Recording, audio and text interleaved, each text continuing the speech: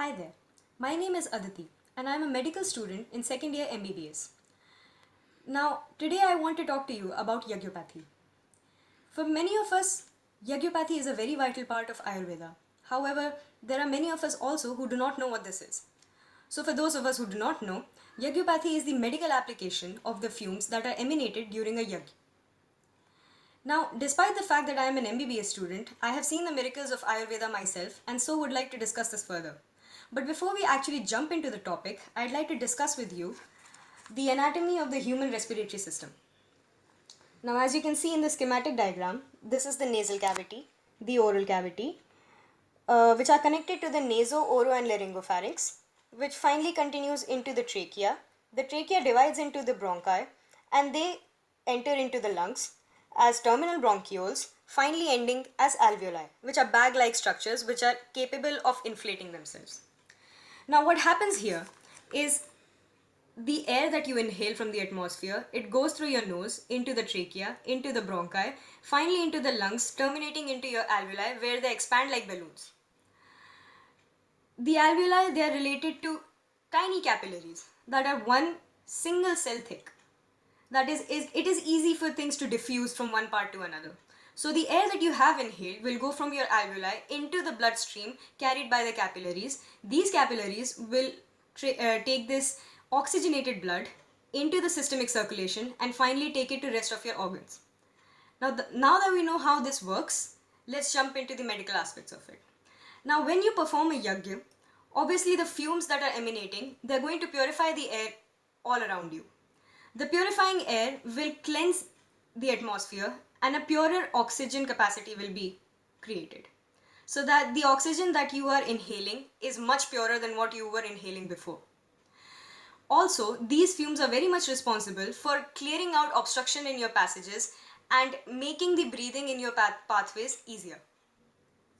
Other than that, obviously there are medical applications of this, medicinal related, that is, they will protect you from different diseases. More than that, we all know that there are many microbes on our body which are commensal.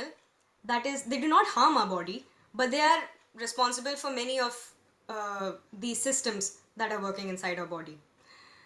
And so these fumes, they take care not to kill your commensals, but only the pathogens that are going to cause you diseases.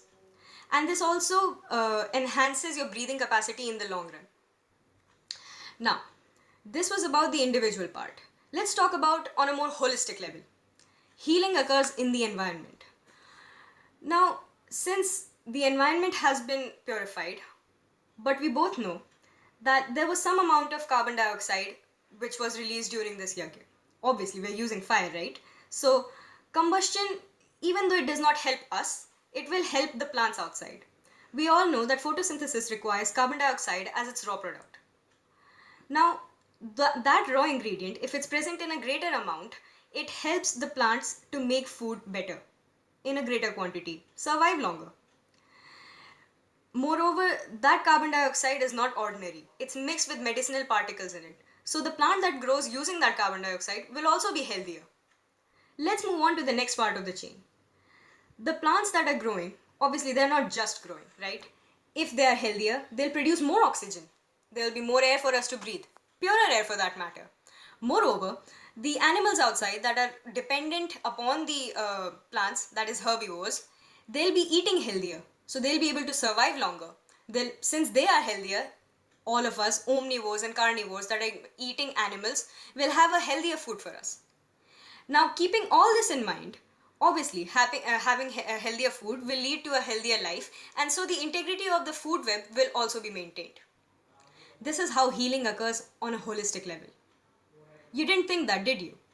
Of course, Yagyopathy is something which is not very widely discussed, and I think it should be. This is only a little review into it. Talk to you later.